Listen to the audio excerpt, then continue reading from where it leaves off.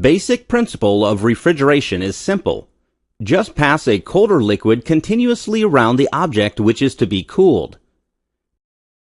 This will take heat out from the object. The whole refrigeration technology is after this: how to produce cold liquid continuously. We will see how this is achieved in this video. This is what inside a refrigerator. At the heart of the system is a simple device called throttling device. Cold liquid is produced with help of this phenomenon. In this case, throttling device is a capillary tube. For effective throttling, at inlet, refrigerant should be high-pressure liquid. Throttling device is an obstruction to the flow, which causes tremendous pressure drop. Due to drop in pressure, boiling point of refrigerant comes down, and it starts evaporating. Heat required for evaporation comes within the refrigerant, so its temperature drops.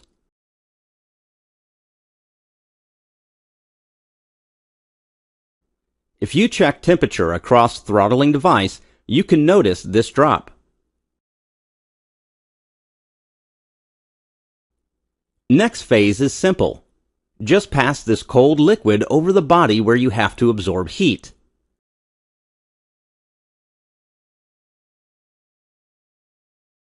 During heat absorption process, refrigerant further evaporates and transforms into pure vapor. So we have produced the required refrigeration effect. If we can take this low-pressure vapor refrigerant to state before throttling process, that is high-pressure liquid state, we will be able to repeat this process. So first step, let's raise the pressure. A compressor is introduced for this purpose. Compressor will raise the pressure back to its initial value. But since it is compressing gas, along with pressure, temperature will also raise. It is unavoidable. Now the refrigerant is high-pressure vapor. To convert it to liquid state, we are introducing another heat exchanger. This heat exchanger is fitted outside refrigerator, so it will liberate heat to the surroundings. Vapor will get condensed to liquid, and temperature will come down to normal level. So the refrigerant is back to its initial state again, high-pressure liquid. We can repeat this cycle over and over for continuous refrigeration. This cycle is known as vapor compression cycle. You can note more details of refrigerator components here. To enhance heat transfer, both evaporator and condenser are having fins attached to it. Since evaporator is cooling the surrounding air, it is common that water will get condensed over it, forming frost. Frequent removal of frost is required to enhance heat transfer.